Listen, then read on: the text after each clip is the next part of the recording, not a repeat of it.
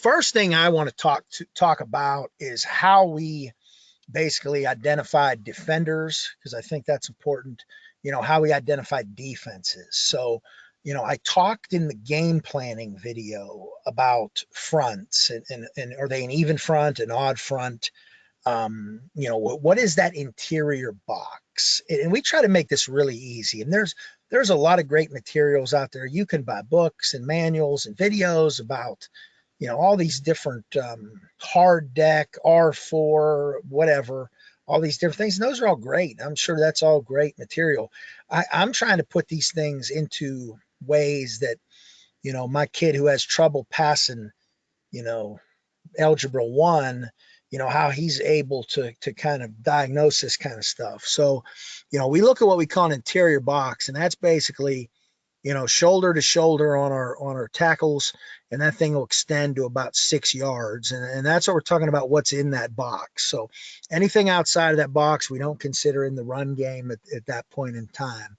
We also have something we call perimeter boxes that I'm going to go over. And then also, is it an open or closed coverage? So is there a safety in the middle of the field, or they own the hashes? So, again, that's the way we look at the total scope of it. Now, how we identify defenders outside of that, we have what we call area. So when we look at the second level, so we would consider everybody here to be what we call third level defenders. Okay. We consider everybody on the line of scrimmage to be a first level defender. Now, when we start going over reads in the passing game, when I get into, really our passing game in pretty good depth and start to talk about that, you're going to hear me talk about area inside and area outside defenders. So what our area inside defenders are these defenders at the second level in the box. Those would be our area inside defenders. What we use, and this is for a lot of our reads in our passing game, we have what we call an area outside defender. So if this was the play side of the concept, okay, what our quarterback does and what our receivers do is they go from the sideline and they find the closest guy to the line of scrimmage from the sideline. That is the area outside defender.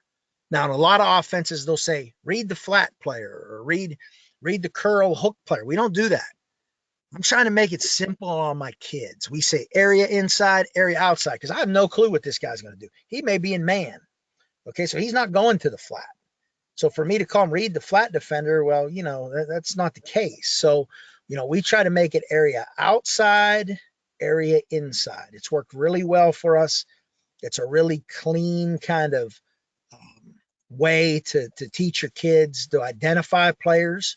All right. And it's something that's just been really good. So if the concept was over here and we said, read the area outside defender, it would be this player.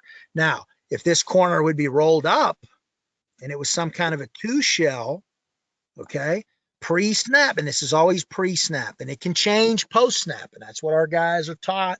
And I'll go over how we read that, how we drill that, in the passing game videos that we're doing. But here, if this corner was up, that'd be that area outside defender, okay, pre-snap. So that would in turn be the read on a particular play if that's who we were reading. And then the same thing works on the interior in the box. So if we have some type of RPO deal or some type of run game deal where we say we're reading the play side, area inside defender, maybe we're reading him, so maybe if we have some type of dart deal or pull deal, and we're reading him and, he vacates and we have some kind of buzz behind him or something like that. That's how we teach it to our kids. That's how we keep it really, really, really simple, where we're not killing them with terminology. We're not killing them with all this different jargon that, sure, we as coaches know, but you got to remember what as a coach. Your kids are playing video games. They're on TikTok and all this other kind of stuff. They're not putting, all this time in that I think, sometimes as coaches, we think that they do. Let's take a look at the perimeter box. Okay. Now what we call the perimeter box essentially will extend from the sideline to typically, right outside the hash, okay, is what we would call that perimeter box. And what we look for in there, and this gets back to the whole idea of the If you're a spread team, you're a run and shoot, you're an air raid, doesn't matter what it is. And the run and shoot guys probably do this better than anybody. And I learned this from, a lot of really good, coaches that have mentored me in that offense through the years, is if you're going to run that, you've got to be able to hit what they call on-air shots or uncovereds. So you have to have different ways to do it. And the way the old, run and shoot did it was they basically just threw these, they called them on-air shots. The quarterback would be under the center and he'd go ahead and just pop that thing, real quick on air to him. That was a common thing. Well, now, the game's kind of evolved a little bit. That's still viable. I mean, we still do that. But there's ways, to throw screens, where maybe now we're there and we're throwing this deal here and, we're getting up the field, so I think there's different ways to kind of run these little key screens or whatever you want to call them, to take advantage of leverage and numbers in the box. That's the other important thing, because you might say here, okay, they've matched you numbers wise in this perimeter box. Well, yes, maybe so, but we have leverage here on this area outside defender. We've got two receivers stacked out here in the bottom of the numbers. We feel pretty good, like I said, about throwing some kind of quick out here, to him, particularly into the boundary, to go after that. So I think that's a good deal. I think that's something you definitely have to have in your offense. If you don't, and you're going to be a spread, so look, it does you no good. If you're going to stack these two guys out here and they're going to take this guy and they're going to go ahead and bring him in the box here, now you're going 7-on-5. If you want to count the back as a sixth, fine, but they've got that +1. I've talked about that +1. They've now got that +1.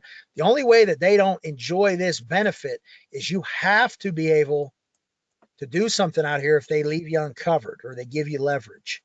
Now, what you do is if you're a team that, and this is how I talked about, I think the game is kind of evolving, maybe back a little bit this way. If you don't have the kids, and again, if you don't have the talent to put two guys out here that can do something, well, shoot, you better put somebody here that can block. You put somebody in there that can block, whether it's a tight end, an inline tight end, or H-back or whatever. Now they have to adjust. They have to come there and adjust. So that's another, that's another point of emphasis.